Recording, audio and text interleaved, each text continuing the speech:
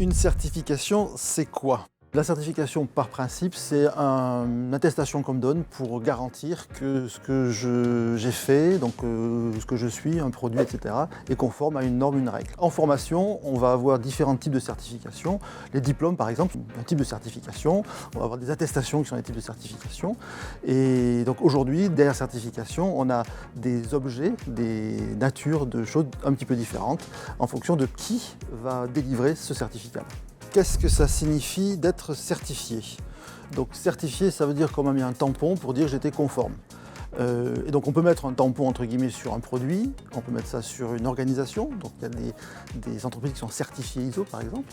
Et quand on s'adresse à des individus, c'est plutôt la compétence qu'on va certifier. Donc on va quelque part, une tierce personne atteste que j'ai un certain nombre de capacités ou que j'ai acquis un certain nombre de connaissances, que je sais faire un certain nombre de choses. Pourquoi faire une certification? En tant qu'individu, je peux vouloir que certains certifient, donc une autre personne certifie ce que je sais faire. Donc c'est un moyen d'attester mon niveau, ma compétence, mon parcours, etc., ce que j'ai fait, de façon à ce que je ne sois pas seul porteur de cette promesse-là, mais que l'attestation, la certification l'apporte aussi. Cette certification-là, elle du coup peut me servir parce que elle est obligatoire, par exemple, pour exercer une activité.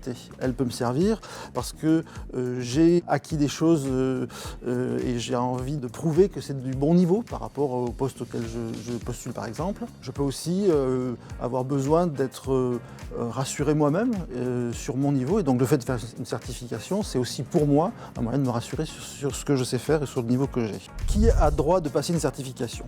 Tout le monde peut passer une certification. La seule restriction qu'il puisse y avoir, c'est la certification fait référence à un cahier des charges, et il se peut que le cahier des charges en question spécifie par exemple un niveau d'études. Donc il faut que j'ai ce niveau d'études-là pour pouvoir passer la certification. Une expérience professionnelle, il faut que j'ai cette expérience-là pour pouvoir passer la certification, ou éventuellement d'autres critères qui sont des critères spécifiques à ces cahiers des charges. Mais par principe, tout le monde peut passer la certification. Combien ça coûte ? Aujourd'hui, avec le CPF, une partie des coûts de la certification, voire des coûts de la formation, sont disponibles au travers de mon compte CPF. Et donc je vais pouvoir payer cette certification-là, ou une partie de la certification et de la formation associée, avec mon compte CPF.